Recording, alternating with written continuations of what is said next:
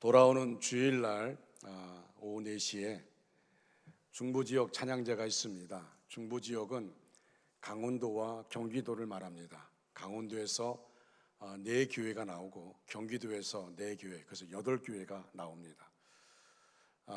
제가 오늘 그 순서지의 그 명단을 이제 그 숫자를 보니까 역시 큰 교회들이라 보통 60명, 50명이 찬양대 나옵니다. 제가 오늘 물어봤어요. 우리 교회는 몇 분이 연습하고 있냐 했더니 35분이 연습하고 있다 하더라고요. 잘하면 40명까지 올 수 있다고. 제가 쉬운 명을 맞추라고 그랬습니다. 여러분 가운데 우리가 찬양의 은사도 있지만 찬양의 은혜가 있는 분들이 있습니다. 여러분들 그 찬양대에 쓰게 되고, 제가 생각해 보면 저도 옛날에 그 성가대에서 앉아서 찬양할 때 그 가사가 참 은혜가 되더라고요. 가사가 마음에 와닿더라고요. 그래서 찬양을 연습하면서 가사 때문에 은혜 받은 적이 참 많습니다. 어떨 때는 그 가사를 보면서 눈물 흘릴 수밖에 없는, 울면서 찬양하게 되어지고, 그 찬양에는 내 신앙의 간증이 있게 되어지고, 그래서 이 파장이라는 것이 있잖아요. 찬양대가 은혜 받고 그 은혜의 신앙 고백으로 찬양하게 되면 영적인 파장이 우리에게 전달되어집니다. 여러분들 아직 늦지 않았습니다. 늦지 않았어요. 오늘도 연습이 있습니까? 오늘 연습이 없어요? 언제 있습니까? 토요일날 하루 갖고 연습이 되겠습니까? 어쨌든 여러분들 원하시는 분들은 연락해 주시기 바랍니다. 저 교회 음악위원장이 윤정훈 장로님이신데 연락해서 같이 참여할 수 있도록, 우리 장로님들도 김찬희 장로님 목소리가 참 좋은데 참여하셔서 같이 찬양을 영광 돌리는 그런 시간을 가져주시기를 바랍니다. 할렐루야. 하나님의 크고 놀라우신 은혜와 사랑과 축복이 여러분 모두와 이 시간 영상으로 예배드리는 모든 가정 위에 충만하게 임하기를 주님의 이름으로 축복합니다. 우리 옆에 분들을 축복하시기 바랍니다. 당신은 우리 교회 보배입니다. 사랑하고 축복합니다. 힘내시기 바랍니다.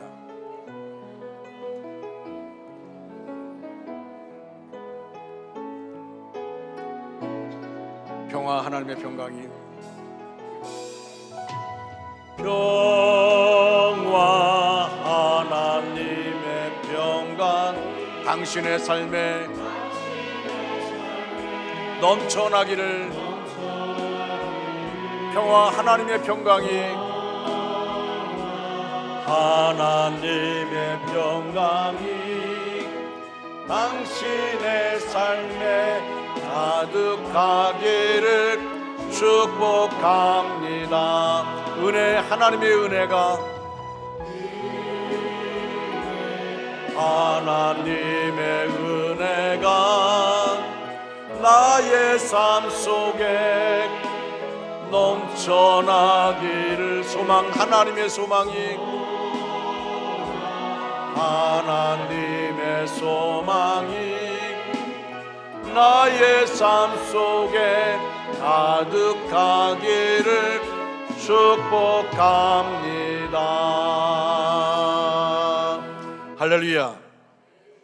오늘은 마르틴 루터가 1517년 10월 31일 독일의 빈데베르크 교회 정문에 그의 95개 조항의 반박문을 붙인 날을 기념하는 날로, 금년이 바로 506년째 되는 종교개혁주일입니다. 루터는 교황이 팔고 있는 면죄부는 성도들에 대한 기만이요 하나님에 대한 모독이며 그리스도의 보혈을 팔아먹는 매열 행위라고 하였습니다. 그리고 인간에게 구원의 확신을 주고 마음의 기쁨과 평화를 주는 것은 교황이 주는 면죄부에서 오는 것이 아니라 그리스도의 은혜로운 말씀 안에서 온다고 가르쳤습니다. 이것이 루터가 종교개혁을 일으킨 개혁 원리가 된 것입니다.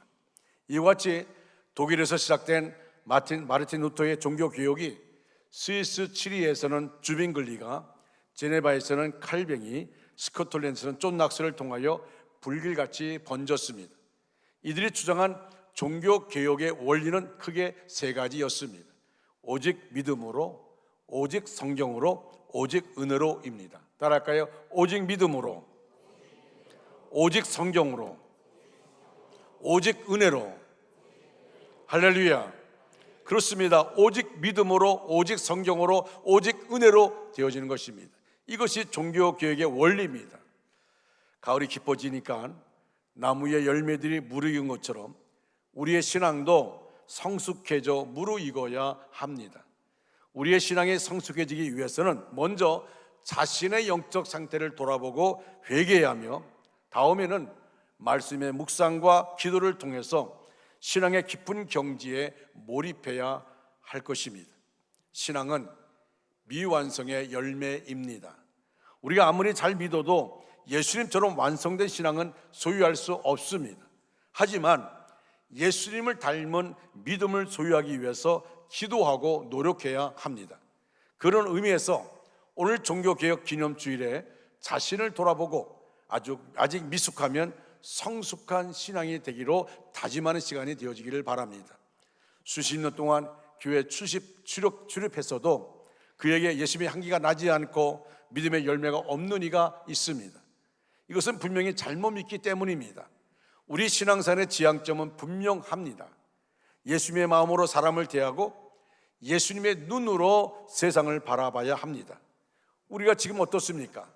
믿는다고 하면서 열매가 없고 여전히 옛생활을 버리지 못했다면 진정한 개혁이 우리 안에 이루어져야 합니다. 첫째로, 나는 흔들리지 않고 여호와를 의지하겠습니다. 이것이 우리 안에 진정으로 다짐되어야 합니다. 나는 흔들리지 않고 여호와를 의지하겠습니다. 여러분 한번 크게 따라할까요? 나는 흔들리지 않고 여호와를 의지하겠습니다. 할렐루야. 다윗은 본문 1절에서 이렇게 그는 다짐을 합니다. 내가 나의 완전함에 행하여 싸우며 흔들리지 아니하고 여호와를 의지하여 싸우니 여호와여 나를 판단하소서. 때로는 우리의 신앙이 흔들릴 때가 있습니다. 이럴 때 우리의 자세가 중요합니다. 다윗도 마찬가지입니다. 신앙이 크게 흔들릴 때가 있었습니다. 그래서 시편 22편 1절로 2절에서 다윗이 이렇게 기도합니다. 나의 하나님, 나의 하나님, 어찌하여 나를 버리십니까? 어찌하여 구원해 주시지 않고 멀리 떨어져 계십니까? 너무 멀리 계셔서 나의 울부짖는 소리를 듣지 못하십니까? 오 나의 하나님이시여, 내가 온종일 불러도 대답이 없으십니다. 내가 밤에도 소리 높여 외쳐보지만 아무런 대답이 없으십니다. 다윗이 통곡하며 하나님께 기도하는 겁니다. 다윗이 이런 통곡할 때가 있었습니다.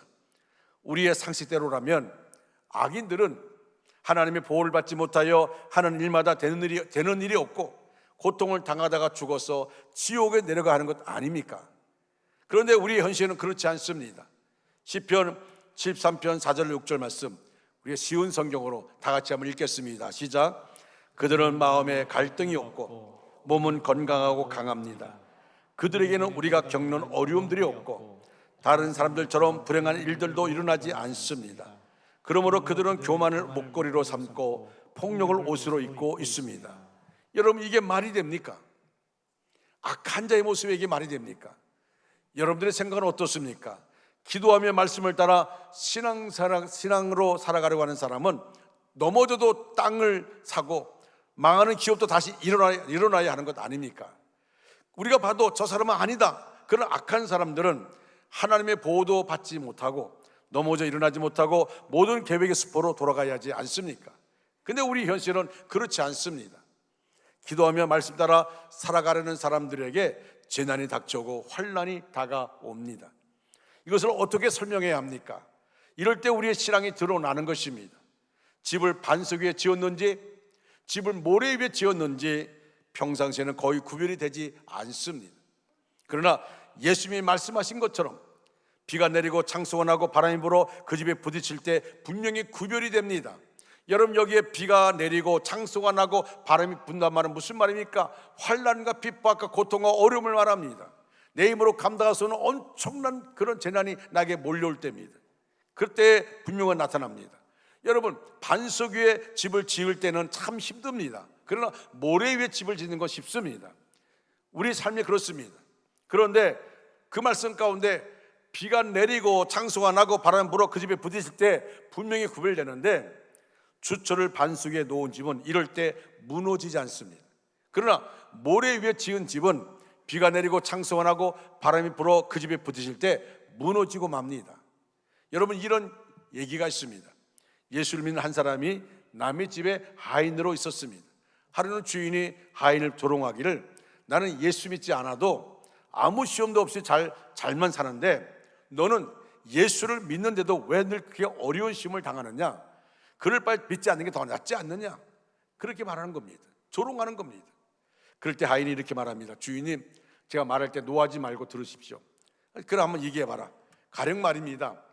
사냥 중에 사슴 2마리가 있어 쏘았는데 한 마리는 죽사하고 한 마리는 다리에 맞아 피를 흘리며 도망간다면 주인께서는 어느 쪽 사슴을 보고 달려가겠습니까? 라고 말했더니, 그야 물론 죽은 놈은 내 수중에 있지 않느냐?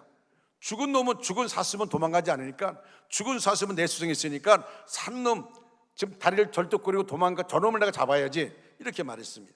옳습니다. 그와 마찬가지로 시험이 없는 것은 영혼이 죽어 마귀의 것이 되어 버렸으므로 내버려 두기 때문입니다.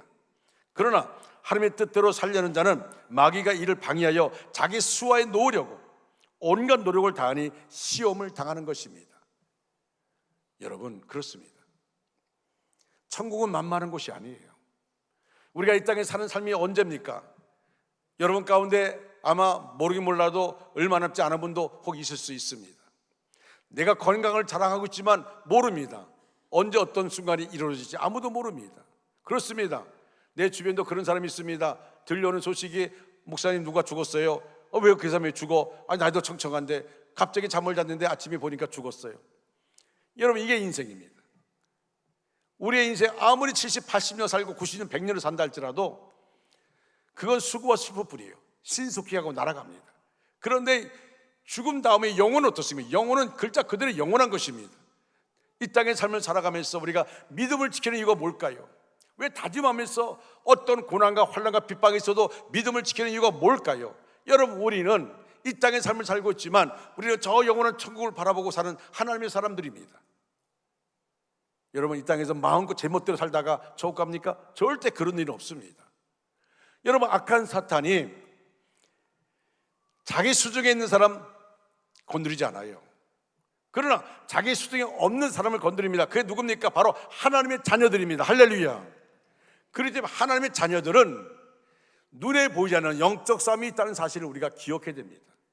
이 땅의 삶을 살면서 악한 마귀가 자기 때가 얼마 남지 않은 것을 알아서 우르사처럼 산길자를 찾습니다. 믿음의 사람들을 흔들어서 넘어뜨리려고 합니다. 믿음의 사람들이 신앙을 부인하기를 원합니다. 그래서 어떨 때는 그 믿음의 사람을 흔들기 위해서, 그래서 그가 하나님을 의지하지 못하도록 우리에게 환난과 핍박과 고난과 어려움을 주는 겁니다. 재난을 주는 겁니다. 우리는 다짐해야 됩니다. 여호와를 의지하고 하나님의 말씀에 견고한 터 위에 집을 지어서 흔들리지 않는 견고한 신앙을 가지겠다는 이 다짐이 우리에게 있어야 됩니다. 이 다짐이 저와 여러분의 있기를 주님의 이름으로 축원합니다. 두 번째로, 나는 허망한 사람, 간사한 사람들과 같이 다니지 않겠습니다. 다짐해야 됩니다. 따라할까요? 나는 허망한 사람, 간사한 사람들과 같이 다니지 않겠습니다. 아멘. 시편 1편 1절에 이렇게 노래합니다. 복 있는 사람은 악인들의 길을 따르지 아니하며 죄인들의 길에 서지 아니하며 오만한 자들의 자리에 앉지 아니하고라고 말합니다. 여러분, 복 있는 사람이 그 사람의 됨됨이를 알아보려면 그와 함께 어울려 다니는 사람들이 어떤 사람인지 보면 알 수 있습니다. 옛 어른들이 금목자흑이라는 거 있습니다. 먹을 가까이 하면 검은 것이 묻기 마련이란 말입니다. 그래서 이런 말이 있습니다.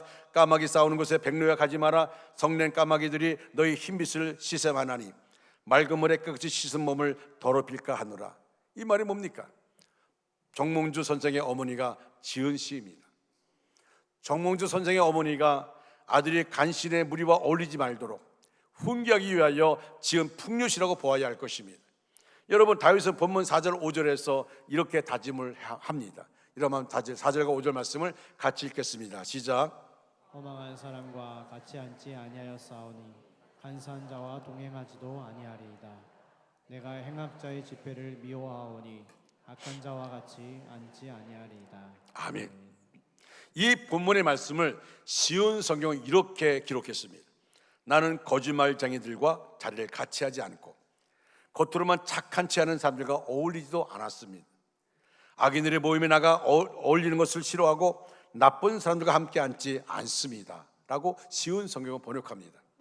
내가 어떤 사람들과 어울리고 어떤 사람과 함께 사느냐에 따라서 나의 삶이 달라질 수 있습니다. 맹모 삼천지기로 말 있지 않습니까? 맹자의 어머니가 자식을 가르치기 위해서 3번이나 집을 옮겼다는 말, 너무나 유명한 말입니다. 그만큼 주변의 환경과 사람의 영향을 받음을 가르쳐 주는 말입니다. 거짓된 사람과 어울리면 거짓된 자리에 더 많이 나아가게 됩니다.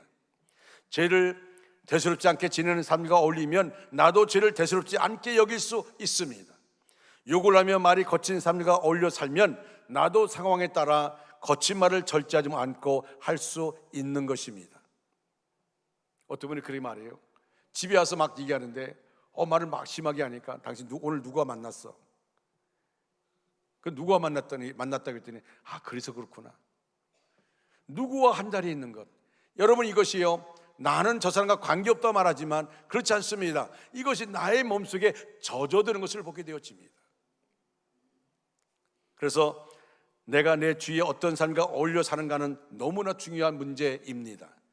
다윗의 삶의 지혜와 철학 중에 하나는 허망한 사람과 같이 앉지 아니하고 간사한 자와 동행하지 않겠다는 것입니다.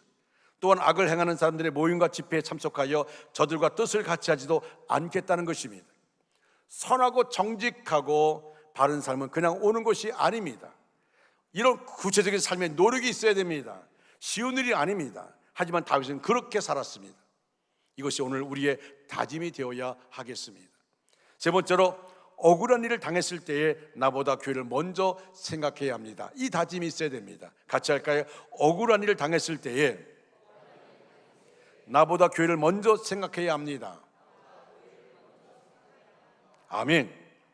여러분, 교회 생활하면서 가만히 보면 내가 어려서부터 교회 생활을 잘하며 성장한 사람들은 되게 크게 흔들리지 않습니다. 어려서부터 사무엘처럼 훈련받고 자란 사람, 다니엘처럼 시련을 이기며 성장한 사람, 요셉처럼 오직 여호와 앞에 자라난 사람들, 에스더처럼 잘 양육받은 사람들은 위기 때일수록 빛을 발합니다. 결코 위기에 흔들리지 않습니다. 여러분, 신앙의 성경을 보십시오. 신앙의 선지들, 믿음으로 이긴 사람들 보세요. 그들에게 탄탄대로가 있는 게 아닙니다. 어려움이 없었던 게 아닙니다. 어려움이 있었습니다. 그런데 그 어려움 가운데 오직 여호와를 신뢰하고 여호와를 의지함을 통하여 그 어려움을 이겨나가서 하나님께 영광 돌리고 아버지 앞에 쓰임받은 것을 보게 되어집니다. 오늘 본문 8절과 9절 말씀 다 같이 읽겠습니다. 8절과 9절입니다. 같이 읽습니다. 시작. 여호와여, 내가 주의 계신 집과 주의 영광이 머문 곳을 사랑하오니 내 영혼을 죄인과 함께 내 생명을 살인자와 함께 거두지 마소서. 아멘. 다윗은 지금까지 하나님이 미워하시는 죄를 미워하고 멀리하는 삶을 살았을 뿐 아니라 지금도 하나님이 좋아하신 것을 좋아하고 하나님의 사랑하는 것을 사랑하는 삶을 살고 있었습니다. 오늘 본문 5절에서 이렇게 말합니다. 내가 행악자의 집회를 미워하오니 악한 자와 같이 앉지 아니하리이다. 8절에서 여호와여, 내가 주께서 계신 집과 주의 영광이 머무는 곳을 사랑하오니 라고 했습니다. 여기에 행악자들의 집회와 주의 영광이 거하는 곳, 또 뭐라 얘기합니까? 미워하오니 라는 말과 사랑하오니 말이 대조적으로 교차되어 나오고 있습니다. 신앙이 무엇이며 바로 사는 것이 무엇입니까? 미워해야 할 것이 무엇이고 사랑해야 할 것이 무엇인가를 바로 알고 선별적인 삶을 사는 지혜입니다. 오늘 성경에서 다윗이 성전을 찾고 하나님을 예배하는 가장 근본적인 이유가 있습니다. 그 가장 근본적인 이유가 무엇입니까? 건물이 좋아서가 아니며 사람이 좋아서가 아니라 하나님이 임재하여 계시는 집이기 때문이며 하나님을 누구보다 사랑하기 때문에 하나님의 성전을 어느 것보다 사랑하는 것입니다. 다윗만이 아니라 오늘 우리도 하나님의 은혜를 받고 그 은혜를 깊이 깨닫게 되면 나 주위에 무엇을 바치오리까? 이것이 내 마음에서 일어납니다. 여러분, 하나님을 사랑하고 하나님이 머무는 거룩한 성전을 사랑한다면 그 거룩한 성전 안에서 내가 할 일이 뭔가를 찾게 되어집니다. 오늘 우리가 사역 지원서 여러분이 간절히 있어야 좋습니다. 어떤 분은 이런 분이 있을 수 있어요. 아유, 내가 너무 힘들어. 2024년에 좀 쉬고 싶어. 아마 여러분 가운데 그런 분 있을 겁니다. 있을 겁니다. 나 이제 사람 쪽에 상처받고 싫어. 그래서 2024년도에는 그냥 편하게 그 예배만 드릴 거야. 여러분, 그것이 과연 하나님이 기뻐할까요? 누가 박수칠까요? 악한 사탄이 박수칩니다. 악한 사탄이. 제가 전에 당직교회 있을 때 어느 분이 저를 찾아왔어요. 권사님이신데, 목사님, 저 몸도 많이 상했고 많이 지쳤어요. 목사님, 내년에는 저 주방에서 일 안 할 거예요. 주방에서 일을 안 하겠습니다. 제가 이제 뭐 그렇게 얘기하니까 그러시냐고, 너무 수고 많으셨다고, 그러면 그렇게 하시라고. 그리고 주방에서 일을 뗐어요. 그분이 이제 교회를 나오는데, 어떨 땐 주일날 주일 저녁 예배, 3일 예배 나오다가 한 번씩 빠지기 시작하더니 어느 순간부터 사라지는 거예요. 그런데 저를 또 찾아왔어요. 목사님, 안 되겠어요. 제가 교회 일을 안 하다 보니까 내 신앙이 지금 잃어가고 있어요. 내 신앙을 잃었어요. 다시 할게요. 아니, 몸이 약한데 어떻게 하시겠어요? 아니에요. 내 몸 약한 것 하나님께 맡기고 그날 내가 하고 싶은 거 하고 싶어요. 그리고 주방에서 일하는데 다시금 힘을 내서 일하고, 그리고 예배가 회복되어지는 것을 보게 되어집니다. 여러분, 하나님이 임재하는 교회, 하나님의 역사가, 하나님이 머무는 교회, 그 교회 안에서 우리는 그냥 예배 드리고 끝나는 것이 아니라 그 안에 진정한 성도의 교제가 있어야 되고요, 그 안에서 우리의 봉사 헌신이 있어야 되는 것입니다. 악한 자들과 등을 돌리고 살아가기 위해서는 성전 중심의 삶을 살아갈 수밖에 없습니다. 세상보다 하나님의 집을 사랑하고 그것에 머무는 것을 사랑하는 것입니다. 8절에 이렇게 말합니다. 여호와여, 내가 주께서 계신 집과 주의 영광이 머무는 곳을 사랑하오니. 참 은혜의 말씀입니다. 여호와여, 내가 주께서 계신 집, 주께서 계신 집과 주의 영광이 머무는 곳, 어디입니까? 교회를 말합니다. 주님이 계신 집, 교회를 말합니다. 주의 영광이 머무는 곳, 교회를 말합니다. 다윗은 주의 집과 주의 영광이 머무는 것을 사랑했습니다. 다윗에게 주의 집은 어디일까요? 그 당시에는 예루살렘 성전이 아직 세워지지 않았기 때문에 다윗성에 준비한 여호와의 장막일 것입니다. 거기에는 여호와의 법궤가 있습니다. 스랍 천사가 법궤 위를 덮고 있었습니다. 하나님의 말씀과 하나님의 영광을 두르는 천사들이 있는 그곳을 다윗은 사랑하고 늘 그리워하고 있습니다. 시편 84편을 보시면 고라 자손의 시입니다. 레위 지파로서 항상 성전에 있을 때는 그것이 그렇게 귀한 줄 몰랐어요. 그런데 바빌론의 포로로 잡혀가서 이제 성전을 섬길 수가 없습니다. 성전에 거할 수가 없어요. 바벨론의 포로로 끌려가고 보니까 그때가 그리운 겁니다. 성전에 있었던 것이 그리워진 겁니다. 성전에서 매일 제사를 드릴 때는 몰랐습니다. 그렇게 귀한 줄 몰랐어요. 그런데 그 자리를 떠나 포로가 되고 보니까 그때가 그리워지는 겁니다.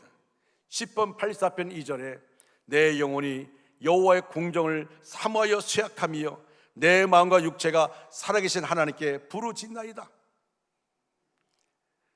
내 영혼이 여호와의 궁정을 사모하여 쇠약하며 내 마음과 육체가 살아계신 하나님께 부르짖나이다. 성전에 둥지를 트고 사는 참새와 제비가 부럽다고 했습니다. 시편 84편 10절에 주의 궁전에서 한 날이 다른 곳의 첫날보다 나은즉 악인의 장막에 사는 것보다 내 하나님 성전 문지기로 있는 것이 좋사오니. 이것이 그들의 고백이었습니다. 하나님께 영광 돌리는 삶을 최선의 삶으로 간주하는 우리 개혁주의 교회가 표방하는 세 가지가 뭔지 아십니까? 첫째가 하나님 중심, 성경 중심, 교회 중심입니다. 따라할까요? 하나님 중심, 성경 중심, 교회 중심. 이게 개혁주의가 표방하는 것입니다. 육신을 가진 사람에게 가정이라는 집과 사랑하는 가족이 있다는 것은 행복의 제일 조건이라면, 영혼을 가진 하나님의 백성에게 하나님의 집인 교회가 있고 믿음의 형제들인 성도들이 있다는 것은 더 없는 축복임을 깨달아야 합니다. 여러분, 목장이 그리워져야 됩니다. 목장의 자리에 가는 것이 그리워져야 됩니다. 여러분, 저는 주보를 볼 때마다 주보가 내 손에 들릴 때마다 제일 먼저 보는 것이 뭐냐면 목장입니다. 그런데 그 목장에 빈칸이 많으면요, 가슴이 아파요. 가슴이 아픕니다. 어떻게 보면 목자, 부목자는 교회 사역자입니다. 그래서 목장 교회를 사수해야 됩니다. 여러분, 목장에 모여서 거기서 슬픔도 나누고 기쁨도 나누고. 여러분, 우리가 세상에서 누굴 찾아갑니까? 점장이를 찾아갑니까? 세상 친구를 통해 합니까? 여러분, 세상 친구를 통해 하는 것은요, 그 자리를 떠나게 되면 얼마나 허전한지 몰라요. 후회스럽습니다. 우리는 목장에서 모여가서 같이 말씀을 나누고 같이 울고 같이 웃고 신앙의 간증 그 안에 있고 나를 만져줄 분이 바로 목장 식구들입니다. 교회도 마찬가지입니다. 하나님을 사랑하는 마음으로 하나님께 드리는 예배와 찬양과 기도를 사모하고 하나님의 교회를 사랑하고 하나님의 백성들, 성도들을 사랑하고 하나님의 종들을 사랑하며 살아가는 것이 불완전한 인간이 온전하게 사는 지름길입니다. 이제 시편 기자는 지금까지 하나님과 사람 앞에서 부끄러움 없는 삶을 살아온 것을 만족하지 않았습니다. 자만하지 않고 미래에도 하나님 앞에서 완전한 삶을 살겠다고 다부진 결심을 하고 있습니다. 11절에 나는 나의 완전함에 행하오리니 나를 구속하시고 긍휼히 여기소서. 3절에서 주의 인자심이 내 목전에 있나이다. 물론 그렇게 살면서 육신적으로 불이익을 당하고 손해보는 것 같고 수입이 적어지고 진급이 늦어지고 따돌림을 당하기도 합니다. 그러나 분명한 사실은 그것이 두려워서 악한 자들과 어울리고 욕심을 버리지 못하고 불의하게 살고 그로 인해서 뇌물이 많아지고 부당한 수입이 늘어나는 자리가 결코 모든 사람이 부러워하는 자리가 아니라는 사실을 우리가 아셔야 됩니다. 바로 그것이 나의 영혼을 파멸로 이끄는 것입니다. 간혹 주변에 과거에 그렇게 믿음이 좋았고 누구보다 청렴결백하게 살아온 사람처럼 보였던 사람이 어느 순간에 시험에 걸려 넘어짐으로 인해서 그동안 쌓아놓았던 좋은 이미지와 명성이 한순간에 다 무너져 버리는 것을 보게 되어집니다. 그러므로 자만은 금물입니다. 남을 재판하고 남을 고소하던 사람이 법정에서 피고의 자리에 앉게 되는 것이 인생임을 알고 다른 사람의 실패를 우리는 거울로 삼고 더욱 겸손하여야 합니다. 고린도서 10장 11절로 12절 말씀 우리 한번 다 같이 이 말씀 읽겠습니다. 그들에게 일어난 이런 일은 본보기로 되고 또한 말세를 만나 우리를 깨우치게 위하여 기록되었느니라. 그런즉 선줄로 생각한 자는 넘어질까 조심하라. 아멘. 그들에게 일어난 이런 일은 본보게 된다. 또한 말세를 만나 우리를 깨우치게 하여 기록되었느니라. 그런즉 선줄로 생각한 자는 넘어질까 조심하라 말씀합니다. 시편 기자는 하나님 앞에서 부끄러움이 없었고 항상 떳떳했습니다. 그의 마음속에는 누구도 빼앗아 갈 수 없는 평화와 기쁨과 당당함이 가득했습니다. 비록 그로 인해 고난도 당하고 낮아짐을 당하고 숨을 당해도 그 자리가 바로 자기가 서야 할 자리이고 그 자리가 바로 하나님을 높이고 하나님을 송축하며 영광 돌리는 축복된 자리가 된다는 사실을 믿고 그 자리로 나가는 겁니다. 물론 인간은 누구를 막론하고 다 불완전한 존재이며 많은 사람들이 바르고 순수하게 살기를 포기했을지라도 우리 원조 중앙께 저를 위시한 우리 모두가 나 하나만이라도 하나님 앞에서 순수하게 살아보려고 하는 이 거룩한 몸부림을 치는 것, 이런 것을 우리는 다윗을 통하여서 본받아야 합니다. 언제 어디서나 우리를 괴롭히고 우리에게 상처를 주는 말이 난무할지라도 우리를 묵묵히 십자를 지신 예수님을 기억해야 됩니다. 주님이 십자를 짊어지시고 가신 그 길, 자기가 병 고쳤던 많은 사람들 그 자리에 있었습니다. 오민리에 축복할 때 그 자리에 있었습니다. 그런 사람들이 자기를 외면합니다. 그래도 주님은 그 길 가는 거예요. 자신을 괴롭히고 그 자리에 십자가 못 박으소서라고 외쳤던 그 상처받는 말들이 난무할지라도 묵묵히 십자를 지신 예수님, 그리고 기도해야 합니다. 나도 예수님처럼 살기를 원합니다. 나는 깨끗하게 살려고 하오니 이 몸을 구하여 주시고 은혜를 베풀어 주시옵소서. 그리고 나보다는 하나님께서 세워주신 교회를 위해서 기도하고 헌신한 땀을 흘리며 충성할 때 하나님의 위로가 있고 응답이 있음을 믿고 살아가는 우리가 되어야 합니다. 여러분, 하나님의 집, 하나님이 머무는 곳, 사랑하는 중앙가정 여러분, 이제 말씀을 마치겠습니다. 교회는 우리 신앙과 삶의 중심입니다. 이런 교회를 우리가 함께 힘을 모아서 진정으로 여호와를 사랑하고 그의 영광이 머무는 교회로 만들어 나갈 수 있으면 얼마나 좋겠습니까? 우리 한 사람 한 사람이 글자 그대로, 제가 오늘 본문 말씀을 보면서 내 마음에 깊이 와닿은 게 뭐냐면, 여호와의 영광이 머무는 곳, 여호와의 영광이 머무는 교회. 누가 만들어주는 게 아닙니다. 저와 여러분 우리 모두가 그런 여호와의 영광이 머무는 교회를 우리가 만들어 가야 될 줄로 믿습니다. 하나님의 영광이 떠나는 교회 아무짝에 쓸모없습니다. 여호와의 영광이 머무는 교회. 근데 왜 사람들은 교회를 다니면서도 주의 말씀을 사랑하지 않고 헛된 욕망과 살인사에게 잡혀서 하나님 마음을 아프게 하며 살아갑니까? 이것이 다윗이 가장 큰 고민이었고 우리가 함께 고민해야 할 문제입니다. 그래도 다윗은 자신의 완전함에 거하리라고 주께 고백합니다. 다짐합니다. 나는 나의 완전함이 행하오리니 나를 속량하시고 내게 은혜를 베푸소서. 나는 나의 완전함에 행하오리니 나를 속량하시고 내게 은혜를 베푸소서. 다른 사람들은 어떻게 산다 해도 그의 신하들이 얼마나 하나님을 순종할지 몰라도 다윗만큼은, 자신만큼은 힘을 다해 전력을 다해서 하나님의 법을 사랑하며 순종하여 하나님의 영광이 머물게 하겠다는 것입니다. 오늘 종교개혁주의를 맞이한 우리들, 저는 간절히 오늘 말씀을 중요하면서 외쳤던 것이 있습니다. 오 하나님 아버지, 하나님의 영광이 머무는 교회 되게 하여 주옵소서.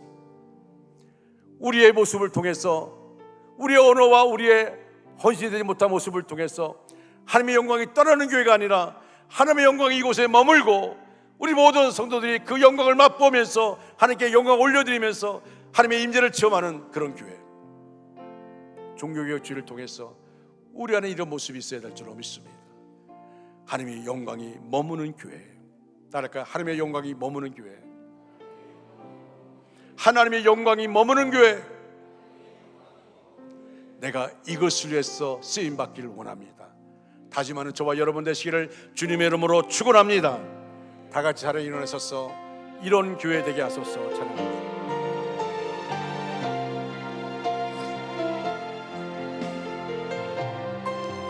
진정한 예배가 숨쉬는 교회, 주님이 주인 되시는 교회, 인 되시는 교회, 믿음의 기도가 쌓이는 교회, 최고의 찬양을 드리는 교회, 말씀이 사랑 움직이는 교회, 성도의 사랑이 넘치는 교회, 섬김과 헌신이 기쁨이 되어 열매 맺는 아름다운 교회, 주님의 마음 닮아서 이웃을 사랑하는 교회, 이웃을 사랑하는 교회, 주님의 영광을 위해서, 영광을 위해서 빛 대신 주님 전하는 교회. 아멘. 주 전하는, 아멘. 사랑의 불꽃이 활짝 피어나 날마다 사랑에 빠지는 교회, 주께서 사랑하는 우리 교회가 이런 교회 되게 하소서. 우리 두 손 들고 주님의 마음 닮아서 이웃을 사랑하는 교회, 이웃을 사랑하는 교회, 주님의 영광을 위해서,